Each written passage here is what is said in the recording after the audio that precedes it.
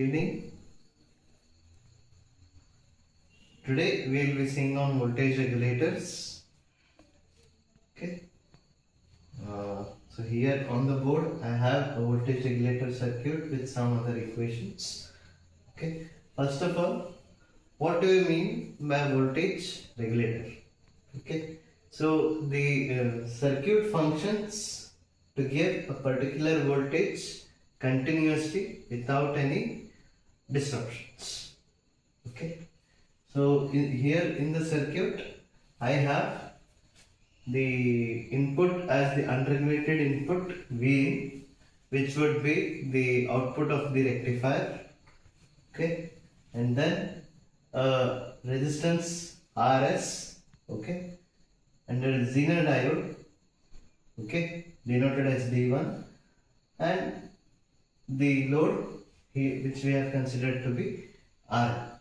Okay. So here the function of this RS resistor is to limit Zener current to a safe level, okay, when load is disconnected.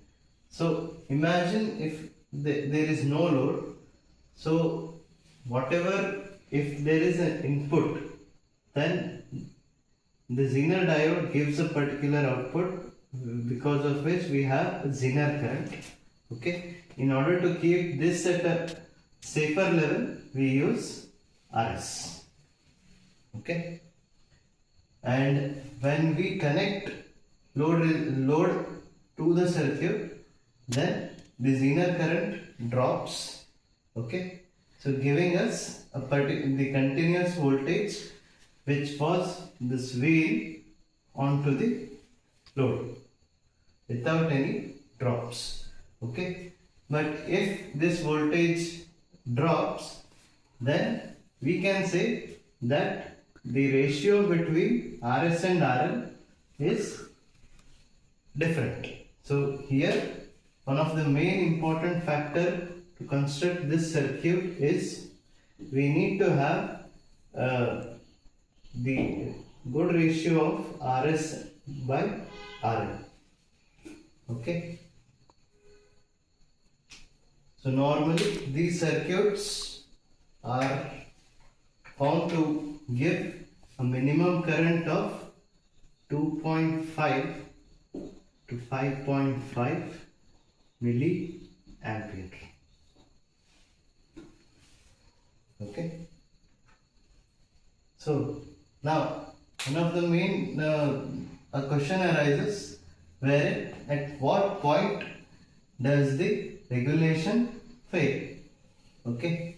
So this point is calculated using this equation Vz, that is the voltage across the Zener diode. Okay. Vz is equal to input voltage into RL divided by RL plus RS. Okay. So at this point of voltage we can say that the regulation begins to fail. Okay. So based on this calculation, we can have minimum and maximum value for RS. Okay. So the maximum value for RS is calculated using RS max is equal to RL into V in divided by Vz, that is the ratio of input voltage to the Zener voltage minus 1. Okay.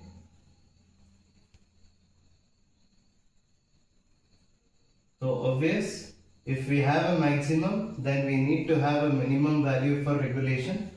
So that minimum value for RS is determined using V in minus Vz divided by Iz. Okay. So here this Iz is replaced by the expression Pz max divided by Vz. Okay. So here Pz max refers to maximum power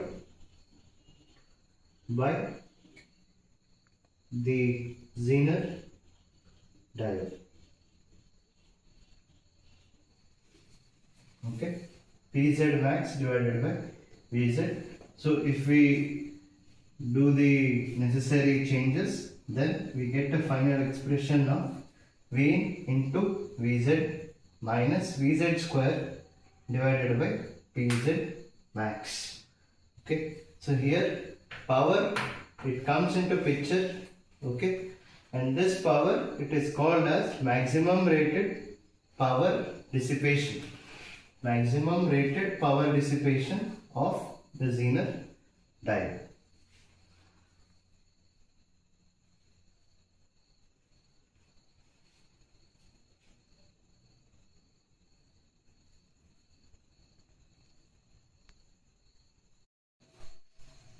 So coming to the concept of output resistance and voltage regulation. Okay.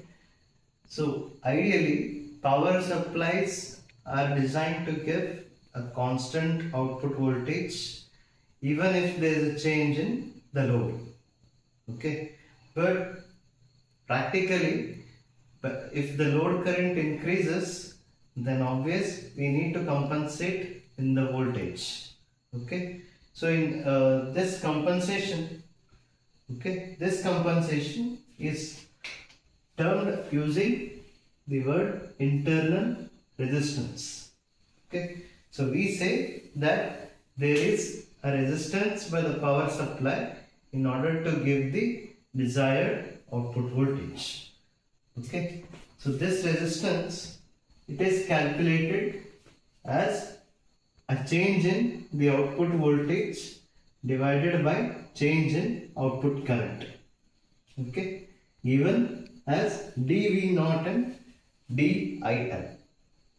Okay, dV0 divided by dIL.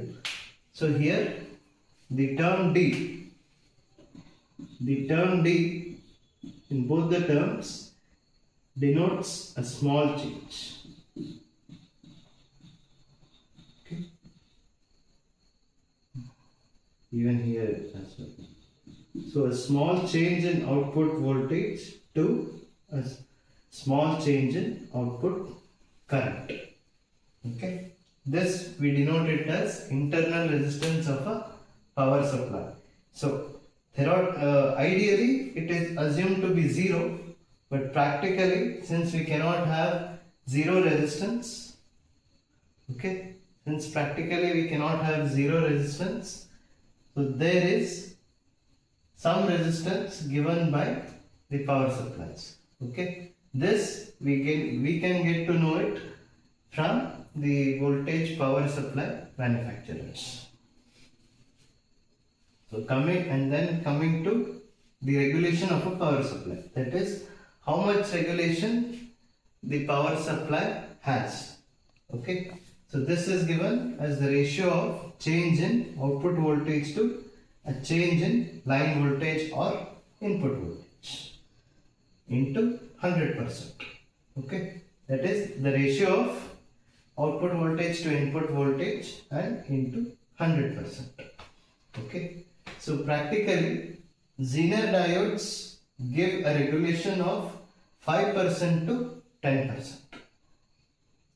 Okay, and then we have some regulators based on discrete components. Okay, so they tend to give us 1% to 5% of regulation. And there are even some higher regulators which are based on ICs. Okay, so I have termed it as IC based regulators. So these tend to give us a regulation of less than 1%. Okay, so we normally need these IC based regulators wherein we have a regulation of less than 1%. But in usual cases, we come across Zener regulators which have the regulation of 5% to 10%. Okay. So next, we will be saying some practical power supplies. Okay.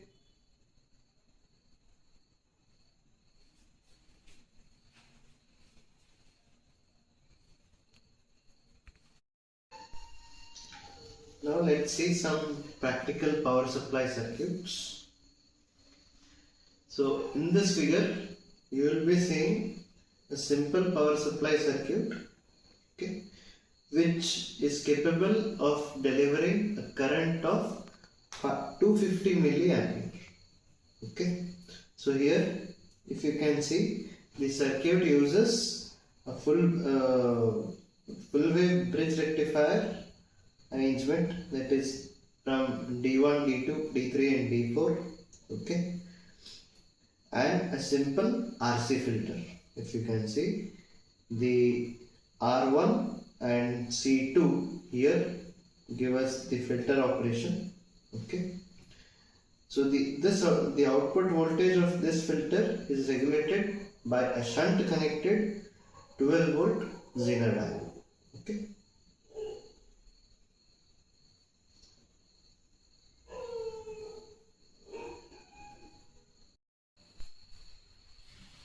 So now on the screen you have three rectifier circuits, okay. One is a DC power supply with series pass transistor, and then you have a variable DC power supply, and then a power supply with 3-terminal IC voltage regulator, okay. So here in the first figure, that is 6.19, so this is an improved power supply, okay, in which a transistor is used to provide current gain and minimize the power dissipation of the Zener diode, okay. So this is a transistor TR1 here, it is referred to as a senior pass transistor, okay. So, and the Zener diode D5 is rated at 13 volts, okay, and the output voltage will be approximately 0.7 volts less, that is 12.3 volts, okay. So this circuit is capable of delivering an output current of up to 500 milliampere, which we have at the output terminal of the rectifier circuit, okay. If you can see, the output is 12.3 volts at 500 milliampere max, okay. And then next we have a variable DC power supply. If you can see, we have again a series pass transistor incorporated here, but below we have a Zener diode as well as a potentiometer connected, okay.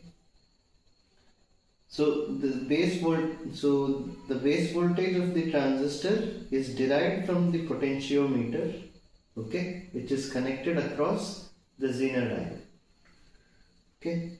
Hence the base voltage is variable from 0 volts to 13 volts, okay. So the transistor requires a substantial heat sink, that is, the dissipation of the transistor TR1 increases as the output voltage is reduced, okay. So we need to have here a better transistor, okay, which can handle the reduced voltage operations. So we have here, if you can see, at the voltage, we can vary voltage from 0 volts to 12.3 volts at a current rating of maximum 500 milliampere, okay. Then in the last power supply circuit, here we have a IC voltage regulator, okay, IC 17812, okay. So this is a DC power supply which is based on a fixed voltage 3-terminal IC voltage regulator, okay. So these devices are available in standard voltage and current ratings, for example 5 volts, 12 volts, 15 volts with the current rating of 1 ampere, 2 ampere and 5 ampere, okay. So these provide excellent performance in terms of output resistance, okay, ripple rejection and voltage regulation, okay. In addition, these devices can incorporate over circuit protection, okay, and can withstand a direct short circuit, okay, placed across their output terminals. So this is one of the most important feature here. Okay, so this can incorporate overcurrent protection and can withstand a direct short circuit. Okay, when we have a load, okay. So here, if you can see, the output voltage is plus 12 volts, okay, at 500 milliampere current rating. So this is a fixed voltage. Do remember, this is a fixed voltage power supply, that is, the voltage is continuous 12 volts, but we will not be getting any other different voltage. The middle one, the variable DC power supply only can give us a different voltage, just okay, between 0 volts to 12.3. So this marks the end of our power supplies. Okay, so what all did we study here? We studied the basic block diagram of a power supply, components used in power supply circuits, and then the half wave rectifiers, full wave rectifiers. Full wave rectifiers we saw biphase and bridge rectifiers, and then voltage regulators. Okay, what are the different parameters to be considered for power supplies? That is the internal resistance and the regulation of a power supply, and lastly some practical power supply circuits. Okay, so this marks the end of this chapter. Any doubts, please put it in the comments so that they can be cleared, and any other concepts, related concepts, if you want information, even we can provide that. Okay, so please share, like, comment and subscribe. Okay, thank you.